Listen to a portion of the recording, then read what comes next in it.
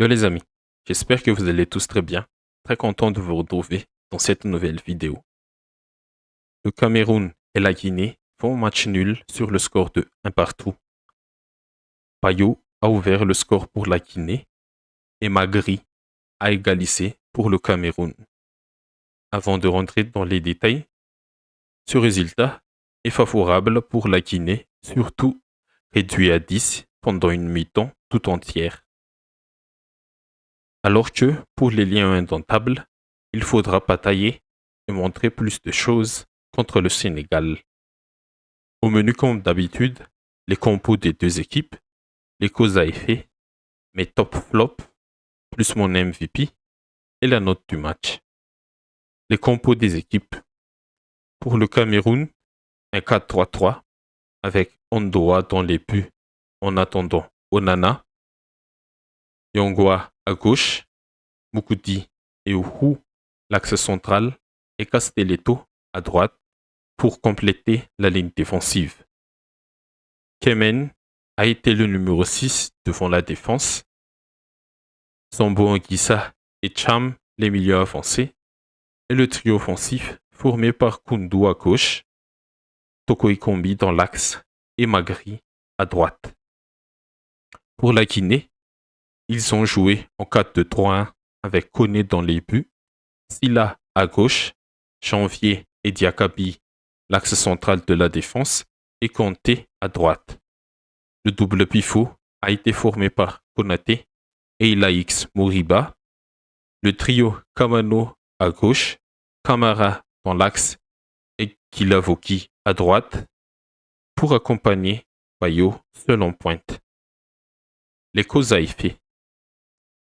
Le premier, c'est l'entame parfaite de la Guinée récompensée par un but et puis mauvaise gestion de l'avantage au score. La Guinée a bien entamé sa rencontre. On sentait qu'ils ont voulu imposer leur jeu aux Camers.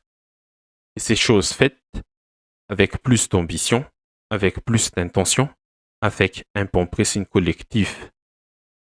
Les hommes de Kabadiawara ont bien imprimé le rythme et les Camers n'ont pas pu sortir proprement le ballon.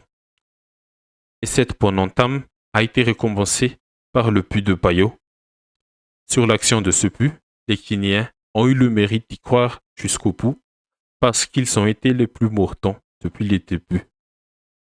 Et en profitant aussi du laxisme de la défense camerounaise, la série nationale a concrétisé sa nette domination de ces 10 premières minutes.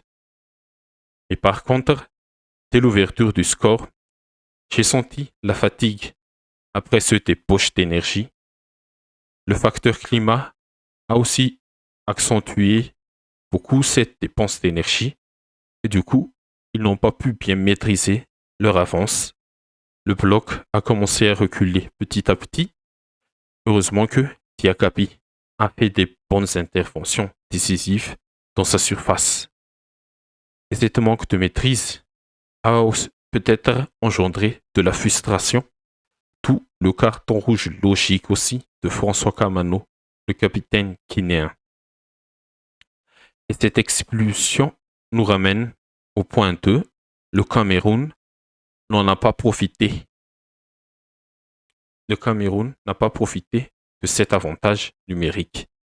Par rapport au Sénégal, les Camers n'ont pas su exploiter son avantage.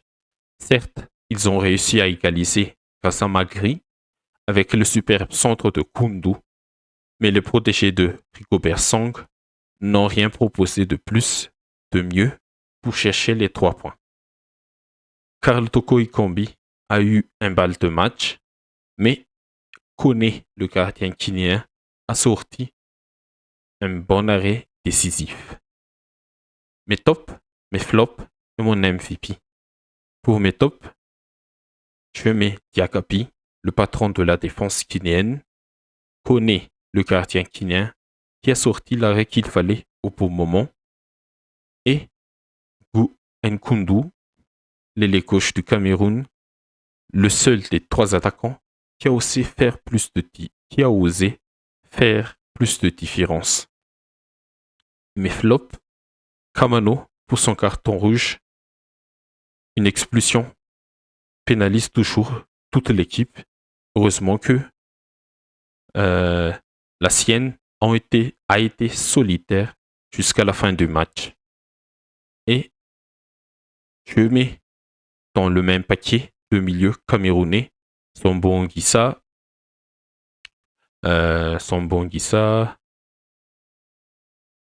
et Cham et Kemen. Surtout Kemen, fautif lors de l'ouverture du score de Mohamed Bayo. Et du coup, mon MVP, je mets Diakabi. Et les notes du match, ambiance 6 sur 10. Comme je l'ai dit, l'ambiance dépend beaucoup du stade. L'intensité, 7 sur 10 pour les débuts du match et la ténacité des Guinéens. Et pour le scénario, 6 sur 10. Et ce qui nous donne une note générale de 6 sur 10. Ok les amis, c'est tout pour la vidéo. N'hésitez pas à liker, à commenter, à partager comme d'habitude. Abonnez-vous pour ne pas rater les prochaines vidéos. Merci à vous tous et à la prochaine.